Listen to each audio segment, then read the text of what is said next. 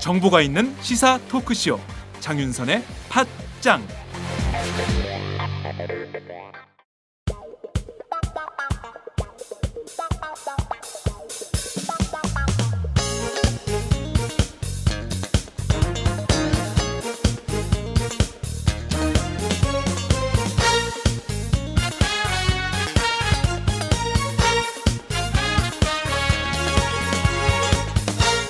김종철의 비언프 비즈니스 언프렌들리. 매주 화요일에 고정 코너 시작하겠습니다. 당분간 김시연의 비언프 비즈니스 언프렌들리 시작하겠습니다. 오늘도 어김없이 오마이뉴스 김시연 경제부 차장 나오셨습니다. 어서 오세요. 예, 반갑습니다. 네, 잘 지내셨어요? 네, 이제 좀 목이 풀리네요. 아, 그래요? 네. 두 번 하니까 좀 이게 좀 풀리죠? 예. 한 달쯤 돼야 될 것 같은데. 김종철 오지 마. 빨리 오시길 바랍니다. 아마 이 방송 들으면서 그 생각할 거예요. 내가 했을 때가 살짝 더 재밌었을 것 같은데? 뭐 이런 그런 생각 안 했을까? 안 듣고 계실 것 같아요. 맞아. 역시 김지혜 기자 전곡을 찌르네요. 오마이뉴스 경제부 대표 미녀 기자 김지혜 기자 나오셨습니다. 어서 오세요. 네, 안녕하세요. 네, 꽃무늬 하얀색 귀걸이. 저 깨알 같은 작은 귀걸이가 눈에 톡 띄네. 오늘 스타일은 약간 비가 오잖아요. 오늘 밤사이에 비가 왔잖아요. 그래서 촉촉한 날씨에 어울리게 살짝 브라운 계열과 블랙을 섞은 굉장히 샬랄라풍 원피스. 이거 아무나 소화가 안 돼요. 김지혜니까 가능한 거야. 너무 환상을 심어주시는 것 같은데. 호응이 환상이네요. 없어. 이 정도 얘기하면 좀 호응이 나와줘야 되는데 김시연 씨는 너무 진지해가지고 호응이 안 돼. 방송의 묘미를 위해서 호응을 좀 해주세요, 김시연 기자. 네? 진실을 말합니다. 너무 무서워요. 왜 그러세요? 예쁜 기자인데. 자, 오늘도 김지혜 기자의 발로 뛰는 경제로 출발하겠습니다.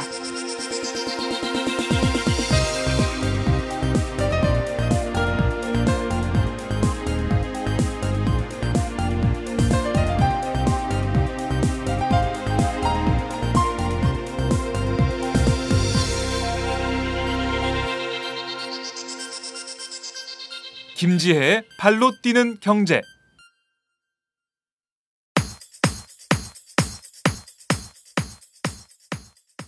(2000년대) 중반 이후 한국 청년의 고용 사정이 악화되고 있는 것으로 나타났습니다.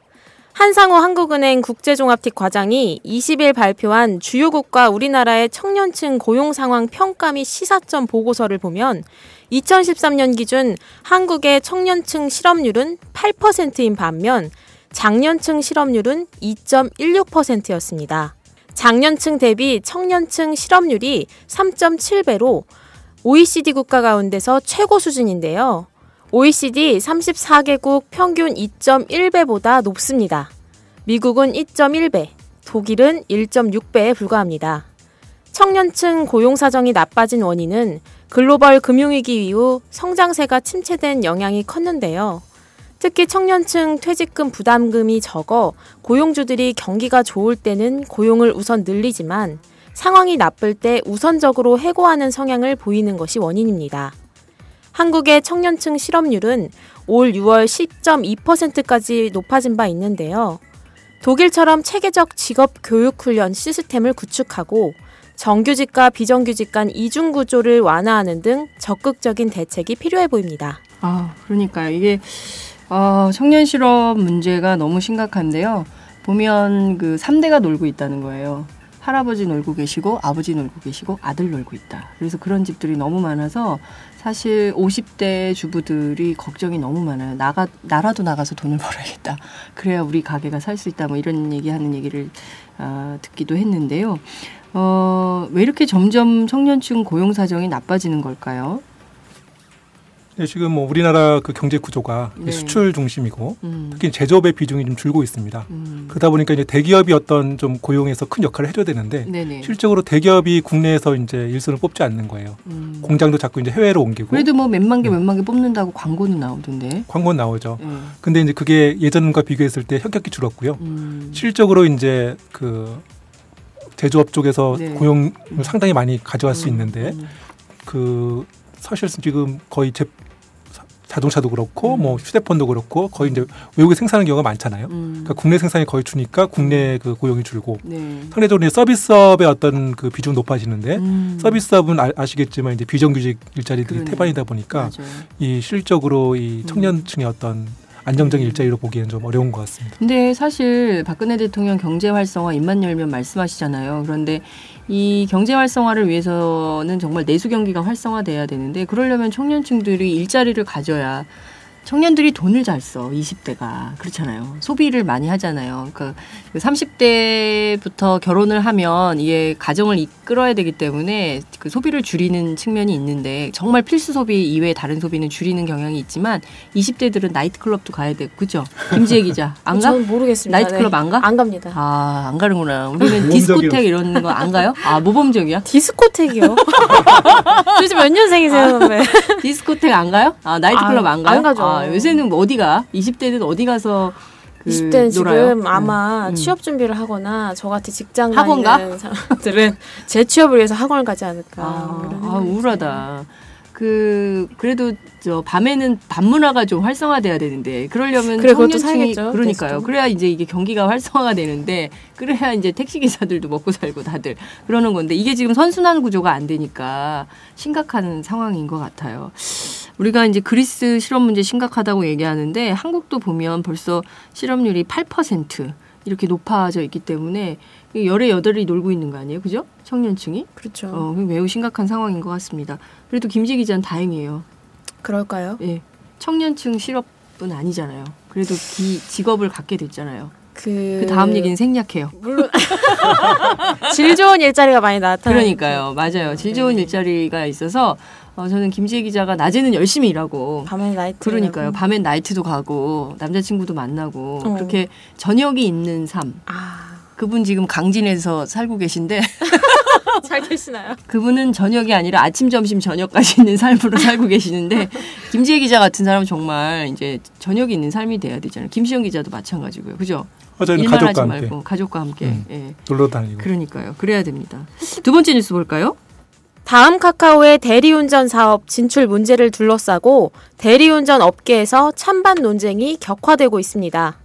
기존 사업자들은 골목 상권 침해라며 반대하고 있는 건데요. 대리운전 사업주 모임인 전국 대리운전 연합회 회원 400여 명은 20일 다음 카카오의 경기 판교사옥 앞 광장에서 다음 카카오의 대리운전 진출을 반대하는 집회를 열었습니다. 이들은 다음 카카오가 대규모 자본을 앞세워 8천여 개에 이르는 중소규모 사업자들을 초토화시키려고 한다라고 주장하면서 이는 골목상권 침해라고 강력하게 반발하고 있습니다. 반면 대리운전 기사들은 같은 시각 반대편에서 업계 병폐가 개선되는 계기가 될 것이라며 찬성하는 집회를 열어 눈길을 끌었습니다. 이에 다음 카카오가 입장이 난처해졌는데요. 다음 카카오는 아직 사업 진출 여부가 결정되지 않아 공식 입장을 표명할 게 없다면서 말을 아끼고 있습니다. 이거 김시현 기자가 제일 처음에 카카오택시 우리 다뤄주셨잖아요. 네, 그렇죠. 그때 예측대로 됐어요. 김시현은 점쟁이 빤스를 입은 거야. 그렇지 않고 어떻게 이걸 딱 알아. 이게 이분들이 지금 나온 거 아니에요. 다음 카카오가 지금 대리운전 업계로 진출할 것이다라는 우려 속에서 사업자들이 집회를 연 거 아니에요. 하지 마라. 골목상권 침해하지 말라. 이렇게 입장을 낸 거고 신기한 것은 대리운전 기사들인데 기사들은 찬성 집회를 열었다는 거잖아요. 이거 어떻게 봐야 되는 겁니까? 당연히 예측할 수 있는 결과입니다. 아까 지난 처음 팟짱에서도 말씀을 드렸지만 네. 이 대리점 사업자 입장에서는 분명히 자기들 이권이 뺏기는 거지만 사실 그동안 대리 운전사들은 나름대로 이제 착취를 당했다고 볼 수 있거든요.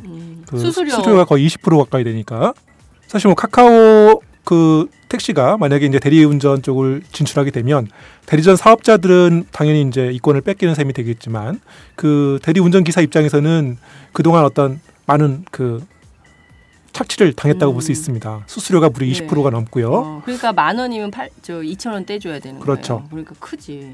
최소한 이제 카카오 택시가 그 대리운전을 진출하면 뭐 20%는 다 받지 않을 거다. 뭐 한 10%를 받거나 이제 그것도 줄고 그만큼 이제 손님도 늘어나는 효과도 있고 그리고 어떤 이런 시장이 좀 지난번에 300개가 넘는 게 우후죽 순이라고 말씀드렸잖아요. 대리운전 그렇죠. 업체가. 네. 그러다 보니까 이게 이제 카카오 택시로 집중이 되면 대리운전 기사 입장에서는 그만큼 이제 좀 더 체계화되고 시스템화된 어떤 환경에서 일할 수 있는. 다음 카카오가 하는 대리운전은 그러니까 이렇게 영세한 자영업자들이 주먹구구식으로 하는 측면도 있을 수도 있잖아요. 그러니까 그런 것처럼 하진 않을 것이다. 그러니까 그런 기대감이 있는 거죠. 수수료 때문에 분쟁이 생기거나 이러진 않을 거기 때문에 차라리 그럴 바에야 다음 카카오에서 하는 그런 대로 대리운전을 하는 게 낫다. 이렇게 보는 노동자들이 있는 것이고 그렇죠. 업주들은 이제 이게 쏠림 현상이 생기면서 이제 자기들의 이제 밥거리가 파이가 줄어드니까 그거에 대해서 반발하는 것이고 뭐 이렇게 이해를 해야 되겠네요. 사실 엄밀히 말하면 노동자가 아니잖아요. 이분들은 그냥 아르바이트식으로 이제 밤에 하시는 건데 자영업자라고 해야 됩니까? 노동권이 어떻게 돼요, 이분들은? 아르바이트 일용직이라고 봐야죠. 일용직 아르바이트. 그러니까 낮에는 다른 일을 하시고 그렇죠. 밤에는 대리운전을 하는 일종의 이제 투잡 이런 개념으로 하기 때문에. 좀 다른 컨셉으로 봐야 되겠다 이런 거네요. 네, 그렇죠. 택시기사, 택시운전사 업계랑은 좀 차원이 좀 다르죠. 왜냐하면 이분들은 밤에만 잠깐 하는 거니까. 네, 자, 세 번째 뉴스 보겠습니다. 이마트나 롯데마트 등 전국 대형마트에서 경품 응모 행사 흔히들 보셨을 텐데요. 이름과 생년월일, 전화번호 등의 개인정보를 보험회사에 알려주는 대신 자동차 등 경품 응모권을 얻는 방식입니다. 하지만 자동차와 같은 1등 경품의 주인공들은 따로 있었습니다. 2012년 10월부터 1년 2개월 동안 전국 이마트에서 경품 행사를 대행한 P사는 당첨자 바꿔치기 수법 등으로 1등 경품으로 내건 자동차 26대 4억 4천만 원어치를 빼돌렸습니다. 회사 관계자나 가족에게 1등 경품을 주는가 하면 대형마트 행사 관리 직원들에게 상납하기도 했습니다. 전직 이마트 과장 이모 씨는 시가 3,600만 원짜리 알페온을 비롯해 모두 7천여만 원어치의 자동차 3대를 받아 챙기기도 했습니다. 다만 검찰은 이 같은 경품 조작에 이마트와 롯데마트가 직접 관여한 정황은 발견되지 않았다고 밝혔습니다. 검찰은 이번 개인정보범죄 수사를 통해 구속된 이마트 전 직원 2명 등 모두 27명을 재판에 넘겼습니다. 또 회원정보 800여 건을 보험사에 불법 제공한 이마트 법인과 고객 개인정보를 롯데마트 측에 불법 제공한 라이나생명과 미래에셋 법인도 약식 기소했습니다. 제가 이거 많이 썼어요. 저도 많이 했습니다. 지난주에 애들 데리고 많이 했습니다. 진짜 이런 거 정말 짜증나. 네? 정말 사실 그런 생각이 있어요. 저는 사실 하고 싶지 않아요. 이게 결국에는 개인정보를 제공해 줄 뿐이고 당첨 확률은 굉장히 낮다는 걸 알지만 애들은 또 이런 걸 쓰는 걸 그렇게 좋아한다. 빨리 가야 되는데 엄마 이거 한 번만 쓰고 가 그래가지고 애들이 꼭 써요. 글씨 잘 썼지 막 이러면 참 이 꿀밤을 한 대씩 때려주고 싶어 우선. 얄밉죠. 예? 얄미워. 정말 이래도 되는 겁니까? 저는 좀 시니컬한지 모르겠는데 저는 원래 안 믿었습니다. 근데 왜 썼어요? 지난주에 쓰셨다고 했잖아요. 애가 쓰라고 해서 쓴 거죠. 똑같은 얘기네요. 근데 사실 이런 딸바보들 계산하면 답이 나와요. 네. 과연 보통 이제 조그만 슈퍼마켓에서도 자동차를 내걸거든요. 뭐 마티즈나 맞아요. 그런데 그래 무슨 매출이 영업 새로 시작하는 우리 마트 오세요 막 이러면서 경품을 센 걸 막 걸어요. 근데 하루에 그 매출이나 이익이 얼마나 나온다고 자동차 한 대가 나올까 그런 생각이 드는 거예요. 보통 일주일 뭐 이렇게 단위로 하긴 하는데 과연 다 팔아서 그렇게 수익이 자동차 한 대까지 나올까? 결국 저거 그냥 뻥으로 그냥 걸어놓은 거 아니냐? 뭐 이제 그런 의구심을 항상 가져왔고 아마 대부분 소비자들도 마찬가지 생각이었을 겁니다. 그래도 혹시나 하는 생각은 다 갖고 계셨겠죠. 네. 저희 동네 목욕탕에서 경품 행사를 했어요. 뭘 주나요, 목욕탕에서? 목욕탕 경품 행사 아니요, 그게 아니고요. 목욕탕 경품 행사를 하는데 굉장히 실용적이고 합리적이었어요. 한 달 이용권. 그런 거 믿을만 하겠네요. 그래가지고 정말 그 경품은 제가 진짜 참여했거든요. 5장 써서 냈는데 하나도 안 걸리더라고. 로또도 비슷해요. 계속 써내고 있지만 안 돼. 참 슬퍼요. 그죠? 확률 높은 게 있습니다. 어떤 게 있나요? 그 식당이나 카페 같은 데면 명함 하잖아요. 그거 괜찮아요. 네. 그거는 확률이 상당히 높습니다. 아, 그래요? 명함 내면 당첨되는 그렇죠. 거? 뭐 커피 한 잔을 무료로 준다던가 그래요? 아니면 뭐 그 안주를 뭐 하나 추가로 준다던가. 하나를 준다던가. 그래요? 근데 그거는 사실 나 그거 안 해봤는데 해야 되겠다. 마케팅의 일환 같아요. 그렇죠. 네. 그렇게 하면은 어떻게든 한 번 더 와야 되잖아. 우리 회사에 유창재 기자라고 있잖아요. 네. 유창재 기자는 유창재 씨는 어딜 가면 그걸 꼭 넣어요. 어디요? 근데 무슨 굴국밥집 그럼 꼭 음. 넣어요. 그 얘기해요. 선배 이거 당첨 확률 높아요. 괜찮아요. 네, 그런데 저는 그냥 오는데 다음에는 꼭 해봐야 되겠어요. 여러분 이런 거 좀 해보고 대신에 자동차 이렇게 큰 경품일수록 의심해야 된다. 그렇습니다. 이런 교훈이 있네요. 그죠? 저는 그쵸. 근데 저는 한 달 전에 네. 점심에 이제 혼자 밥을 먹으러 식당에 갔는데 네. 그날 좀 써야겠다 싶어갖고 한 10,000원짜리를 먹었어요. 네. 11,000원인가? 우울했구나. 네, 좀 기분이 안 좋아갖고 혼자 좋은 걸 먹었는데 네. 뭐 이렇게 직원이 돌아다니면서 지금 즉석으로 뽑으셔갖고 긁으래요 동전으로. 네. 그래서 거기 나온 대로 뭘 준다고 해서 그냥 귀찮아서 안 긁을까 하다가 또 동전이 보길래 긁었어요. 네. 10,000원 식사권이 나왔더라고요. 오. 그래서 이거 다음에 써야겠네요. 지금 쓰셔도 된다고. 오. 그래서 10,000원짜리를 먹고 10,000원으로 퉁치고 나왔어요. 야 기분이 갑자기 좋아졌겠다. 너무 우울했던 좋았죠. 감정이. 네. 야 그래요. 그런 횡재도 있어요. 여러분 꼭 긁으세요. 네, 꼭 긁으시고요. 꿀꿀할 때 긁어서 상품권 받자. 개인정보는 주지 마시고요. 개인정보는 절대 주시면 안 됩니다. 그럼 저도 안 됩니다. 그러니까요. 예, 오늘 말씀 잘 들었습니다. 고맙습니다. 네, 감사합니다.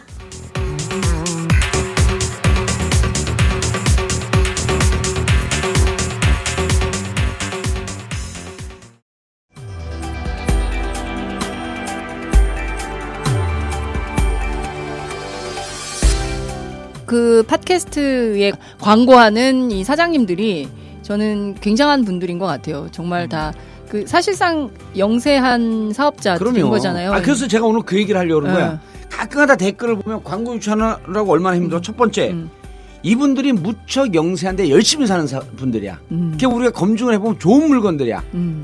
그런데 댓글에다 뭐라 하냐면 광고 많이 나왔구나 스킵했어요. 자랑이다 들아. 스킵한 게. 광고 들어야 돼. 광고 듣고 한 번만. 팟짱에는 지금 안타깝게도 스킵할 광고가 없습니다. 장윤선 기자와 제가 오래오래 취재 현장을 지킬 수 있는 방법은 여러분의 좋아요와 구독하기 그리고 광고입니다. 팟짱을 응원해 주실 개념찬 광고주를 기다리고 있습니다. 서울 733-5505 내선번호 108번 서울 733-5505 내선번호 108번 지금 전화 주십시오.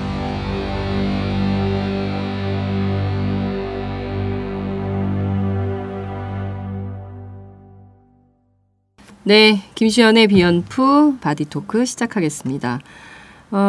지난 금요일 정말 그 고대 뭐라고 해야 됩니까? 그 두구두구두구 긴장감이 돌았던 그 삼성 주총 결과가 나왔는데요. 그 어쨌든 삼성의 승리로 끝난 것 같아요. 그 삼성물산 합병 문제를 한번 다시 짚어보도록 하겠는데요.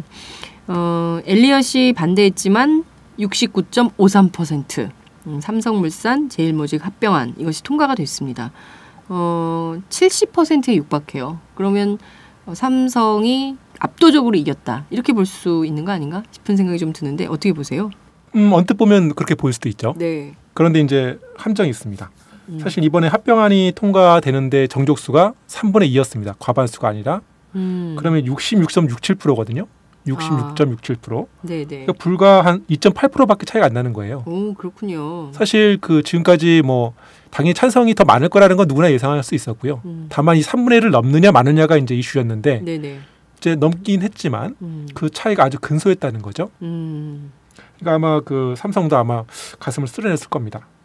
그렇군요. 그러니까 저는 이런 생각을 했거든요. 아마 저뿐만 아니라 다수의 많은 분들이 70%면 뭐 대단하네. 그래도 삼성이 힘이 있구나. 뭐 이렇게 생각을 했는데 사실 3분의 2 이상이 찬성을 해야 되기 때문에 따지고 보면 2.8% 정도 아주 근소한 차이로 삼성이 이겼다. 엘리엇을. 이렇게 분석을 해야 된다. 이런 말씀이신 거죠? 그렇습니다. 사실 그 결과 나온 뒤에도 언론에서 네. 보면은 막 그런 보도가 많이 있었거든요. 네네. 압도적 승리 뭐 그런 맞아요, 식으로. 맞아요. 경제신문. 예. 네. 근데 실질적으로 따져 보면은 그게 아니라는 게 드러납니다. 그 실질적으로 지금 9.53%면은 네. 이 표로 따지면 54% 정도거든요. 전체 주식수로 따지면 아, 그래요. 이 출석률이 한 83%여서 상당히 높았습니다. 근데 그 가운데서 전체 주식수로 따지면 한 54% 정도고 네네. 반대도 한 25% 정도 나왔다는 얘기가 되거든요. 결과적으로 따지고 보면 만만치 않은 반대가 있었다라고 네. 봐야 되는 거네요, 그죠? 그리고 이제 뭐 결과론이지만 네. 만약에 그 법원에서 이번에 그 자사주 매각 관련해서 판결이 있었잖아요. 네네. 거꾸로 법원이 그 자사주 매각한 거를 무효화시켰거나 그게 한 5.9% 되니까요. 네네. 또 이제 국민연금이 이 찬성을 결정해서 논란이 됐지 않았습니까? 네. 국민연금이 그 찬성하지 않고 그 당시 이제 의결권 자문 기구에서는 다 반대하라고 자문을 했었거든요. 네. 세계 1, 2 업체도 그렇고 국내 그 자문 기구도 그렇고 네. 만약 그 자문을 받아들여서 네네. 반대를 했거나 최소한 기권을 했더라도 네. 결과가 뒤집힐 수 있었던 거죠. 그렇군요. 그러니까 삼성 입장에서는 상당히 그 마음을 놓을 수 없는 이 결과였습니다. 자, 그러면 이 결과를 좀 분석을 해봐야 될 것 같은데요. 삼성이 어떤 포인트로 엘리엇을 이긴 건가요? 결국 그 애국심 마케팅이 통했다라고 저는 봅니다. 그 주총 참석률이 이제 83% 높았던 것도 사실은 이 소액주주의 네, 어떤 맞아요. 소액주주가 뭐 참석률이 반란이 있을 높았다는 거냐 거거든요. 아니냐 뭐 그렇죠. 이런 게 논쟁이 핵심이었잖아요. 논란에. 예. 사실 소액주주 입장에서는 이 합병을 받아들일 수가 없습니다. 지난주에도 말씀드렸지만 네. 분명히 그 삼성물산 주주 입장에서는 손해 보는 거거든요. 그러니까 쉽게 그렇죠. 말하면 내 주식을 그 제일모직 주식을 한 주를 받으려면 네. 내 주식 0.35주. 그러니까 적어도 그 내 주식 3개를 줘야 제일모직 주식을 하나 받는 거예요. 네. 합병을. 네. 그러니까 쉽게 말하면 내가 30주 갖고 있었으면 네, 네. 그게 한 10주로 줄어드는 거죠. 그러네요. 근데 과연 제일모직이라는 회사가 그렇게 대단한 회사냐. 물론 주가는 한 3배 됩니다. 삼성물산 주가보다 한 3배 되니 한 18만 원 되거든요. 네네. 삼성물산 주가가 한 6만 원대였을 때. 그런데 실질적으로 제일모직 주가는 좀 부풀려졌다라는 좀 얘기가 있습니다. 이재용 테마주이고 네. 앞으로 어떤 그 과거 이제 에버랜드 주식인데 앞으로 이제 삼성의 어떤 주도 기업이 될 거라는 어떤 그런 가치 때문에 네. 많이 부풀려졌지만 실질적으로 회사로 보면은 삼성물산이 훨씬 더 큰 회사고 역사 네. 있고 그 자산도 많은 회사거든요. 그러니까 주주 입장에서 보면 사실 이 받아들이기가 쉽지 않은 1대1로 해야지 그렇죠. 왜 1대 0.35야 이런 그렇죠. 비판을 오히려 그 반론을 삼성물산이 더 많이 그렇죠. 높여야 된다 비율을. 그런 주장을 할 수도 있는데 어찌됐든 이 합병에 소액주주들이 대거 찬성을 하게 된 근본적인 원인이 사실은 애국심 마케팅에 있었다. 이제 김시현 차장은 그렇게 분석을 하고 계시는데 사실 삼성물산이요.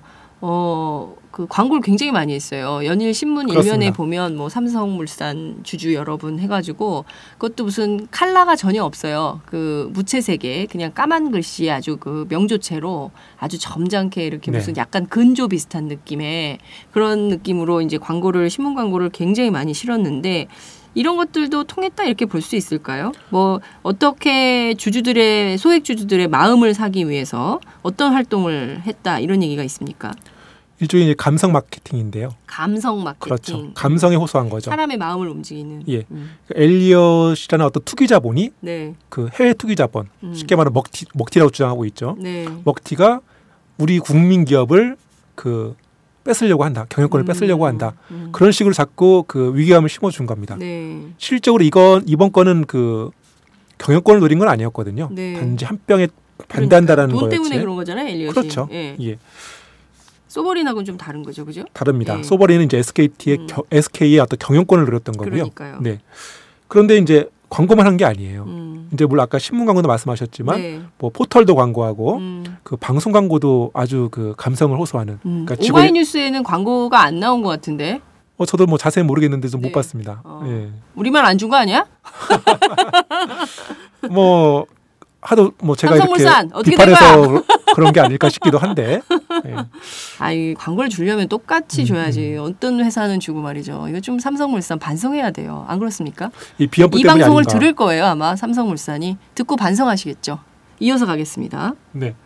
광고만 한 게 아닙니다. 네. 실질적으로 삼성물산 직원이 총동원됐습니다. 그래요. 네. 그 삼성물산 소액주주가 10만 명 된다고 해요. 근데 처음에는 한 1,000주 이상 갖고 있는 그래도 좀 큰 주주들을 찾아다녔는데 네. 점점 내려갔습니다. 주총일이 앞당겨 오면서 네. 500주 이상, 나중에는 100주 이상, 나중에는 50주 뭐 그런 식으로 이제 주주마다 다 찾아다닌 거예요. 누가 이걸 다 찾아 아르바이트 썼나? 직원들이죠. 삼성물산 임직원들이 총동원된 겁니다. 삼성물산 직원들이 갈 때 그냥 갈 수 없잖아요. 그렇죠. 뭐 사 갖고 갔어요? 수박 한 덩이씩 들고 왔다. 수박. 이마트 수박을 샀구나. 근데 생각해 보세요. 수박 말이 한 통이지 네. 최소한 그 몇만 명 차단했을 거 아닙니까? 그래도 그건 고맙네요. 왜냐하면 지금 그 농민들이 울상이잖아요. 가뭄 때문에. 그렇죠. 가뭄엔 또 수박이 달아. 아, 그 포인트를 노렸구나. 그래서 수박을 싸갔더니 사람들이 통한 거예요. 아, 사람이 또 인지상정이지 그러니까 않습니까? 우리나라 사람 정이 있잖아. 누가 또 막 삼성 직원이 찾아와가지고 허리 굽혀서 인사하면서 더운데 복더위에 수박 한 덩이 드시고 이 합병에 대해서 이렇게 해주시라라고 가가오호 방문을 했단 말이에요. 그렇죠. 아, 대단하다. 정말 이거를 했단 말이죠. 그래서 소액주들의 마음을 돌린 거예요? 돌렸습니다. 근데 문제는 이게 네. 수박으로 끝난 게 아닙니다. 네. 실질적으로 그 주주들의 그 신상 파악까지 한 거예요. 신상 파악을 어떻게 해요? 이제 뭐 방법이 있겠죠. 근데 그건 좀 논란거리가 될 수 있는데 네. 실적으로 지금 그 당시 주총 날도 이제 그 소액주주 연대 대표라는 분이 네. 직접 현장에서 고발을 했어요. 어떻게요? 이게 수박 화장품 세트뿐만 아니라 그 화장품도 줬어요? 예, 여자 이제 여성 또 주주들도 겨냥을 한 것 같습니다. 아, 그렇구나. 그러면서 이제 그 직장 상사, 그 주주의 직장 상사라든지 네. 아니면 직원 중에 또 이제 대학 동문이나 그런 지인이 있을 거 아닙니까? 네네. 그런 지인까지 동원한 겁니다.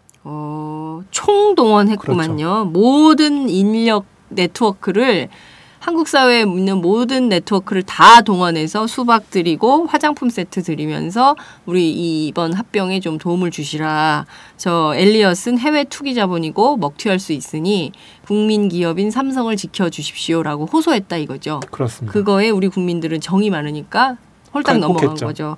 그리고 1대 0.35임에도 불구하고 내가 손해봄에도 불구하고 국민기업 삼성을 지키기 위해서 이렇게 희생한 거다. 이렇게 그렇습니다. 봐야 돼요? 그렇습니다. 아, 그렇구나. 근데 젊은 사람, 연세가 있으신 분들은 뭐 그럴 수도 있겠는데 젊은 사람들은 이런 게 통할까 싶기도 한데. 아까 말씀드렸다시피 네. 그 수박은 안 통할 수 있어도 네. 직접 상사가 의결권도 위임 안 해? 이렇게 말한다고 생각해 보세요. 그리고 또 대학 동문기가 찾아와가지고 네. 우리 회사가 지금 이렇게 어려운데 좀 도와달라. 이렇게 하면은 사실 젊은 층도 안 움직이기가 쉽지 않거든요. 그렇군요. 그러니까 이게 한국이기 때문에 삼성이기 때문에 이 통했던 그런 결과가 아니었나 좀 씁쓸합니다. 한국적 현실. 네. 네. 그러니까 만약에 그 이문에 밝고 이제에 밝은 그리고 정이 없는 뭐 이런 그 해외 경우에는 특히 이제 서구의 경우에는 이런 것들이 이런 마케팅이 통하지 않을 텐데 이를테면 우리는 눈물 마케팅, 감성 마케팅, 애국심 마케팅 이런 것들이 통하는 아직도 통하는 그런 나라다 이렇게 볼 수도 있겠네요. 그런데 어찌됐든 그 만약에 그 삼성이 이렇게 애국심에 호소하는 광고를 안 냈다면 어떻게 됐을까요? 뭐 결과론이긴 합니다만 네. 그 결과가 저는 뒤집힐 수도 있었다고 생각합니다. 그래요? 이 한쪽에서 이제 광고가 다가 아니거든요. 네. 광고를 낸다는 건 그만큼 언론사들을 움직일 수 있는 힘이 됩니다. 네. 물론 이 광고뿐만은 아니겠지만 네네. 그 실적으로 삼성이 어떤 그 언론에서 광고가 차지하는 비중은 엄청나고요. 네. 삼성이 거의 모든 매체에서 1위 광고주일 겁니다. 그러니까 언론들도 뭐 주로 이제 친삼성이라고 하는 네네. 뭐 기존의 경제지라든지 그런 매체는 말할 것도 없고 뭐 조중동 이런 어떤 일간지 종합 일간지까지 모두 이 애국심 마케팅에 가세했다고 볼 수 있습니다. 네, 그렇군요. 사실 우리 언론이 제일 앞장서서 엘리엇에 대한 비판 그리고 또 해외 투기 자본에 대한 비판 이런 것들을 했던 것 같은데요. 그런 언론의 역할도 좀 한몫한 거 아닌가 이런 생각도 좀 드는데 그 점은 좀 어떻게 보십니까? 맞습니다. 이 아까도 말씀드렸다시피 네. 그 애국심 마케팅이 먹힐 수 있었던 거는 사실 수박 한 덩이, 화장품도 영향을 미쳤겠지만 네. 그 명분을 준 거거든요. 그 소액주주들한테 그 내가 좀 손해를 보지만 네. 내가 좀 손해를 보더라도 그 해외 투기 자본을 막아야 된다. 그런 하나의 명분을 심어준 겁니다. 네. 그러니까 사실 주가가 오를지 안 오를지는 반반인 상황이었어요. 그런 상황에서 주주 입장에서는 내가 이 반대를 하면 네. 해외 투기자본 편을 드는 거 아닌가? 이제 이런 어떤 방어 기제가 매국노가 그렇죠. 되는 거다. 그런 내가. 기제가 작용을 한 거죠. 거기에 언론이 결정적인 역할을 했다고 저는 생각합니다. 아, 여기서 삼성 편 안 들면 당신은 매국노다. 이런 어떤 그 이제 무언의 압박 이런 것들이 있었을 것이다. 이런 분석을 해주셨는데 노골적으로 심어준 거죠. 노골적으로 언론들이. 예. 근데 경제지가 좀 심했죠. 경제지는 당연히 뭐 말할 것도 없고요. 네. 근데 문제는 이제 동아일보나 이런 문화일보나 이런 그 일간지들도 마찬가지로 그 엘리엇 비판의 어떤 선두에 서서 거의 신문 기사를 도배하다시피 했거든요. 그걸 보고 경제지 기자조차도 심지어 우리가 더 분발해야겠네 이제 그런 말을까지 할 정도로 네. 그 심했다는 얘기가 있고 이게 뭐 경우에 따라서는 이게 순수하게 기사가 나온 게 아니라 어떤 모종의 어떤 업계용어로 그 작업이라고 합니다만 네. 작업이 있었던 게 아니냐 이제 그런 의구심도 지금 갖고 있습니다. 뭐 우리가 엘리엇을 편들 이유는 없지만 엘리엇이 사실 해외 투기 자본임에는 틀림이 없고 맞습니다. 이번 건의 핵심은 과연 주주의 이익에 어떤 것이 부합하느냐. 이번 합병이 그 삼성물산 주주들에게 실질적 이익이 되는 것이냐 그렇지 않은 것이냐. 이것이 사실은 핵심적인 포인트인 것이고 엘리엇이 뭐 경영권에 특별히 관심이 없다면 이 사람들도 이제 주주의 이익 관점으로 접근했던 것이 아닌가 이런 생각이 좀 들기도 하는데요. 어찌됐든 합병안은 통과가 됐고요. 앞으로 엘리엇은 어떻게 될까요? 이제 이 합병안이 통과되니까 이제 싸움이 끝났다 이렇게 생각하실 분이 많으실 것 같은데요. 네. 사실 아직 끝난 게 아닙니다. 이 아직 주식 매수 청구권이 남아 있거든요. 주식 매수 청구권. 예, 그렇습니다. 그러니까 합병안이 통과되더라도 네. 거기에 합병에 반대하는 주주들은 그 내 주식을 나 합병 받아들이지 못하겠다. 그러니까 너희가 그 회사가 내 주식을 사달라 이렇게 청구를 할 수가 있습니다. 근데 이제 그 매수 청구 기준이 되는 가격이 네. 57,000원입니다. 근데 현재 주가가 지금 6만 원 정도거든요. 네네. 근데 주가가 그 주식 매수 청구 금액보다 높으면은 네네. 사실 그 주식 매수 청구를 할 이유가 사라집니다. 왜냐하면 그만큼 더 손해를 보기 그러네요. 더 적게 받게 되니까. 네네. 근데 이제 문제는 주가가 더 떨어질 때가 문제가 되거든요. 만약에 네. 지금 6만 원대에 있는 삼성물산 주가가 네. 57,000원 밑으로 떨어지게 되면 그럼 어떻게 해야 돼요? 주주 입장에서는 그 주식 매수 청구를 하는 게 네. 오히려 더 이익이 되는 상황이 됩니다. 그러니까 이를테면 시중에서는 주가가 한 5만 원대인데 네. 내가 이거를 회사한테 팔면 57,000원을 받을 수 있다 하면 당연히 주주 입장에서는 그럼 매수 팔겠죠. 예. 그런데 문제는 지금 아까도 말씀드렸다시피 주가가 그 엘리엇이 등장하고 나서 삼성물산 네. 주가가 많이 뛰었어요. 뛰었다는 거죠. 네. 엘리엇이 등장하고 합병이 무산될 수도 있다라는 어떤 기대감이 형성되면서 네. 주가가 한 69,000원대까지 올랐습니다. 합병 네. 전날까지도요. 그런데 합병안이 통과되자마자 네. 바로 62,000원대로 떨어졌습니다. 아, 주가가 확 떨어진 거네요. 그렇죠. 그러면? 그러니까 이제 그 외국인 투자자들이 이제 확 떨어진 빠져나왔을 건 수도 아니네요. 있고. 69,000원에서 62,000원이 됐으니까. 그죠? 네. 7,000원 정도 빠진 건데 사실 뭐 전체 합치면 이건 큰 금액이 되겠죠. 그죠? 네. 예. 그 첫날이 그 정도고요. 네. 어제도 한 2,000원 추가 빠져가지고 그래요? 지금 6,000원까지 6만 원까지 내려와 있습니다. 그러니까 지금 3,000원 정도밖에 차이가 안 나요. 만약에 그럼, 오늘 네. 지금 증시를 모르겠는데 증시 네. 상황에서 만약에 더 떨어질 가능성도 배제할 수가 없는 거죠. 왜 이렇게 자꾸 주가가 떨어지는 거죠? 일단 외국인 투자자들의 어떤 실망 매물. 그러니까 이미 자기들은 엘리엇을 통해서 그렇죠. 뭔가 주주의 이익을 좀 꾀하려고 했던 그 해외의 자본가들이 여기서 이제 빼는 거네요, 주식을. 그렇죠. 그죠? 그러니까 엘리엇이 들어오면 이게 합병이 무산되고 주가가 더 오를 것이라는 어떤 기대감이 있었는데 네네. 합병이 무산되니까 주가가 더 오를 재료가 없다. 가능성이 없다. 더 떨어질 거다 하니까 이제 쭉쭉 빠지는군요. 빠지고 나가는 거죠. 그 실제로 많은 금액이 빠져나가고 있는 건가요? 그렇다고 볼 수 있습니다. 이제 뭐 앞으로도 상황을 두고 봐야겠습니다만. 근데 문제는 네. 아까 이제 주식 매수 청구권을 말씀드렸는데 네. 이게 만약 너도 나도 한다. 네. 그래가지고 액수가 1조 5천억 원에 이른다라고 네네. 한다면 이 합병이 무산될 수도 있습니다. 네? 또? 네. 그러니까 무슨 얘기냐면 네. 지금 그 삼성물산과 제일모직이 지금 만약에 주식 매수 청구를 할 거에 대비해서 지금 확보해 놓은 자금이 네. 1조 5천억 원 정도를 확보하고 있어요. 그러니까 아무리 이제 그 엘리엇이나 이런 데가 막 주식 매수 청구권 행사해도 네. 그거를 이제 방어할 수 있는 금액이 갖춰져 있는 거죠. 예. 근데 만약에 그게 너무 많아서 네네. 그 청구한 사람이 너무 많아서 그 액수를 넘어간다고 하면 그 회사 입장에서는 이 합병을 한다고 해도 실익이 줄어들게 됩니다. 그래서 이제 합병을 무산을 시킬 수가 있는데 네. 실제로 거기까지 갈까요? 근데 배제할 수 없습니다. 그래요? 작년에 바로 이런 일이 벌어졌거든요. 어떤 일이었죠? 그 삼성중공업하고 삼성 엔지니어링이 이제 합병을 시도했어요. 네네. 그래서 주총에서 통과가 됐습니다. 네. 그런데 그 주식매수 청구 규모가 너무 많아져가지고 결국에는 합병을 못한 합병이 그런 전례가 무산된 이미 있습니다. 그렇군요. 네. 이 삼성 안에서 이게 여러 번 오늘 이번 건과 두 번째로 이렇게 합병이 무산되는 사례가 발생될 가능성도 있다. 이렇게 네. 봐야 되는 거네요.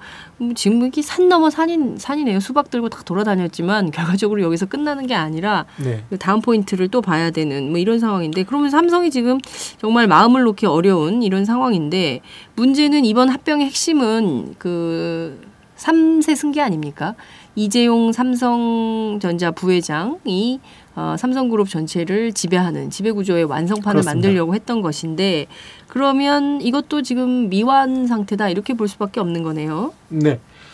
그래서 제가 이번 주총 결과를 삼성이 아닌 이재용의 승리라고 보는 이유인데요. 네. 이재용이 이제 제일모직의 최대 주주입니다. 네. 그래서 이제 만약에 삼성물산과 합병해서 그 뉴 삼성물산이 탄생하게 되면 이재용은 그 15% 정도의 지분을 차지해서 새로운 삼성물산의 일대 주주, 최대 주주가 되고요. 네. 거기에 이제 뭐 그 이재용 남매, 이부진 사장, 네. 뭐 그리고 삼남매의 뭐 또 삼성 계열사 네. 지분 전부 다 합하게 되면 50%가 넘습니다.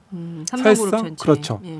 사실 그동안 삼성물산이 삼성그룹 안에서도 상당히 약한 고리였습니다. 네. 그 약한 고리라는 게 이제 그 삼성 총수 일가 입장에서죠. 그 내부 지분이 적다 보니까 네. 이런 엘리엇이나 이런 해외 투기 자본, 해외 자본들이 호시탐탐 이제 삼성물산의 어떤 그 경영권을 노렸던 겁니다. 네. 그런 상황에서 이제 삼성 입장에서는 이 약한 고리를 좀 강화시킬 필요가 있었고, 그래서 이번에 제일모직과 합쳐가지고 네. 그 50%가 넘는 과반의 어떤 지분을 확보하려고 시도를 했고, 그 동안에는 굉장히 그 지분이 얼마 되지도 않으면서 재벌 형태로 전체를 다 이제 좌지우지하는 것이 문제였는데 이제는 그래도 삼성 특수관계인이 한 50%까지 지분을 가지고 있으니까 뭐 지금부터는 뭐가 됐든 다들 본인들 뜻대로 하시겠네요. 그렇죠. 물론 이제 합병이 이제 최종 8월 6일까지 이제 주식매수 청구권 기간이거든요. 네네. 그리고 이제 9월 1일 날 이제 합병 기일입니다. 그때까지는 이제 아직 한 달 정도는 더 기다려봐야 되겠지만 네. 일단 큰 변수가 없는 한 네. 통과된다고 봤을 때 어떤 삼성물산을 통한 어떤 그 이재용 그 승계가 거의 마무리 국면에 왔다라고 봐도 틀린 말은 아닐 것 같습니다. 네. 이건희 회장에서 이재용 부회장으로 후계 구도가 완성되고 마무리되는 국면에 와 있다. 근데요, 언론에는 삼성물산 이게 3남매가 다시 쪼개서 나눈다. 삼성전자, 삼성 SDS를 또 합친다. 뭐 여러 시나리오들이 돌고 있어요. 네. 어떻게 되는 겁니까? 사실입니까? 일단 뭐 삼성 쪽에서는 일단 공식적으로 부인을 했습니다. 그럴 계획이 없다. 네. 근데 이제 뭐 두고 봐야지 알 수 있는 거고요. 네네. 사실 삼성 입장에서는 지금 이런 얘기가 나오는 건 사실 달가울 게 없어요. 그러게요. 수박 돌린 지 얼마 됐다고 네네. 또 이런 쪼개니 많니 뭐 이런 얘기 있으면 또 불쾌할 것 같아요. 그렇죠. 가뜩이나 이제 삼성물산 합병으로 네. 그 이재용 승계를 위해서 네. 일반 주주의 이익을 저버렸다. 음. 회사의 가치를 떨어뜨렸다. 네. 그리고 당장 해외 투자자들도 어떤 이제 신뢰를 잃어버린 거거든요. 이 소위 이제 코리아 디스카운트라고 하는데요. 네. 그 한국의 어떤 특수한 상황 때문에 한국 기업들의 어떤 주식이 그래요. 제값을 맞아요. 못 받는다라는 평가가 있었는데 네. 사실 딱 이 경우네요. 이번 건 역시도 어떤 그런 코리아 음. 디스카운트를 더 악화시키는 그런 결과를 초래했고요.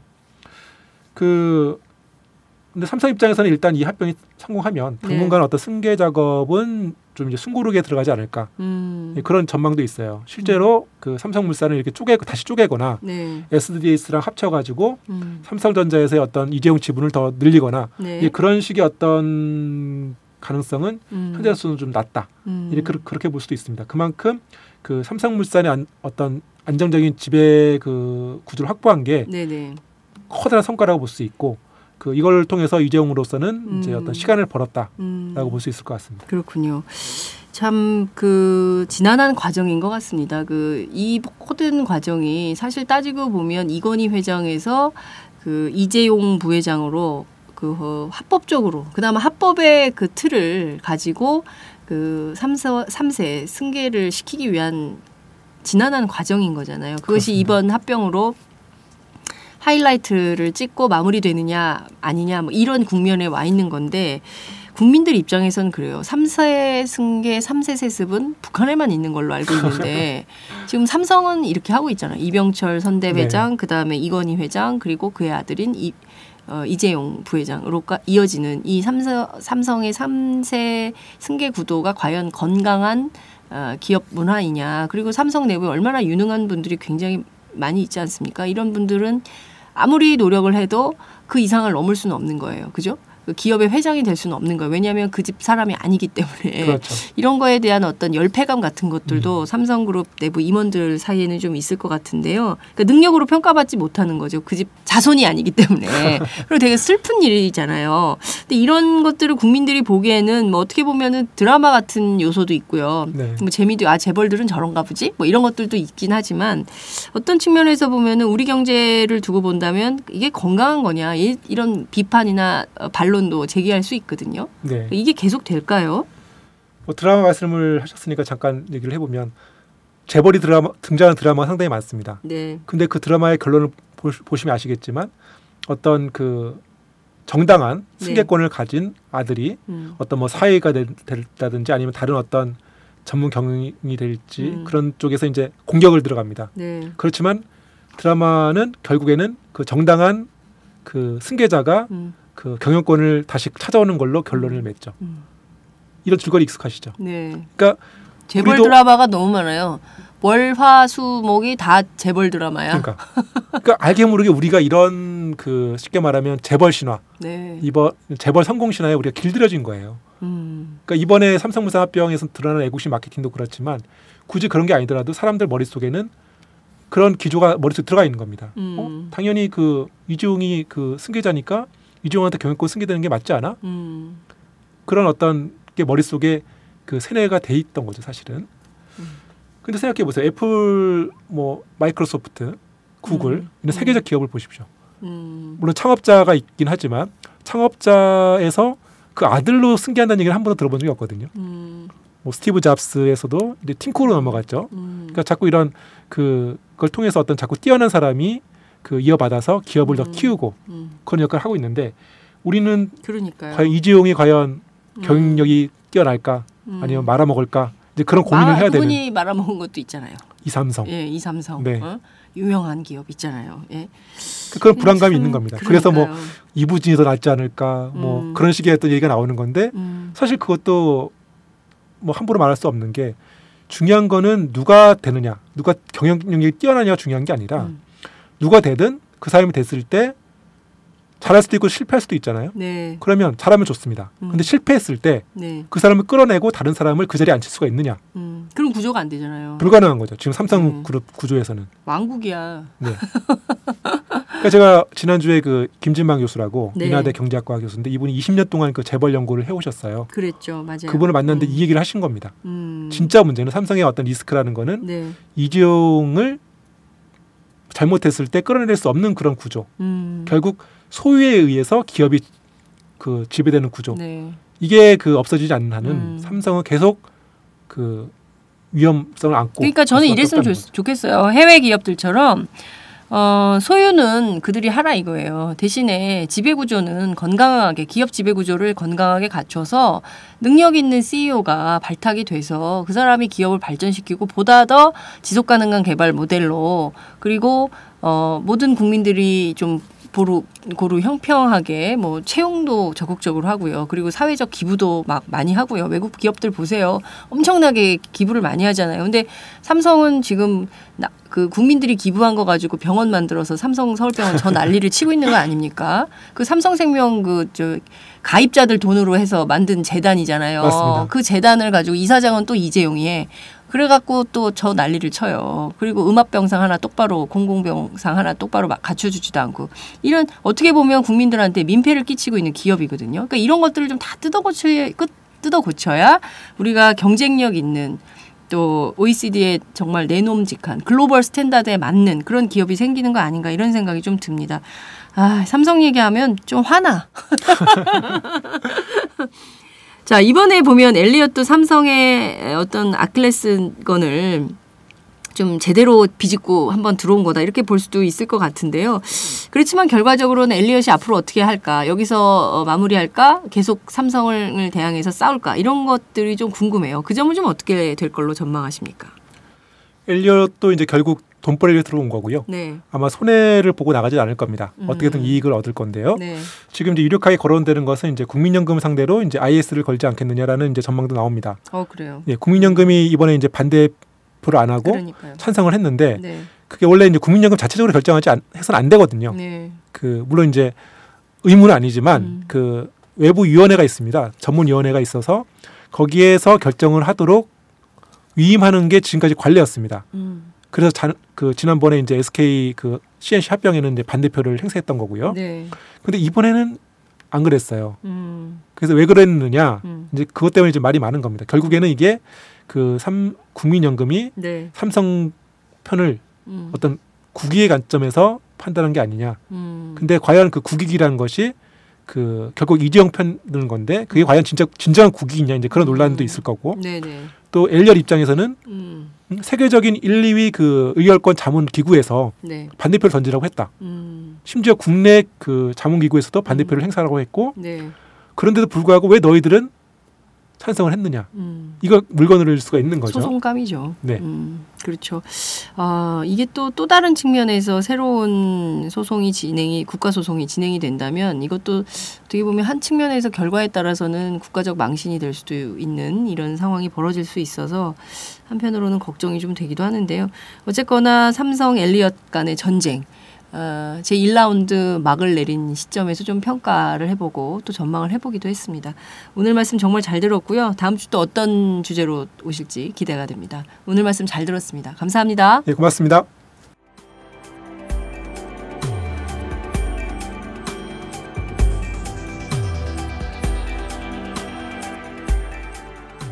안녕하세요. 오마이뉴스 시민기자 최병석입니다.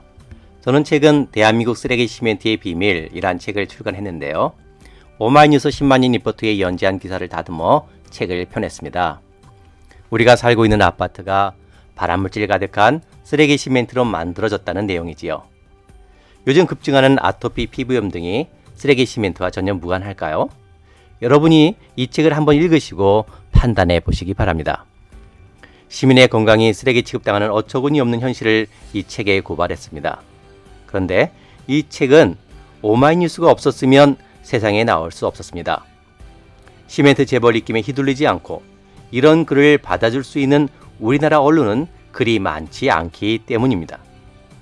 제가 권력과 자본에 맞서 당당한 오마이뉴스를 만드는 10만인 클럽에 자발적 구독료를 내는 이유이기도 합니다. 이런 기사와 책이 필요하다고 느끼시는 분은 동참해 주십시오. 저도 10만인 클럽 회원입니다. 고맙습니다.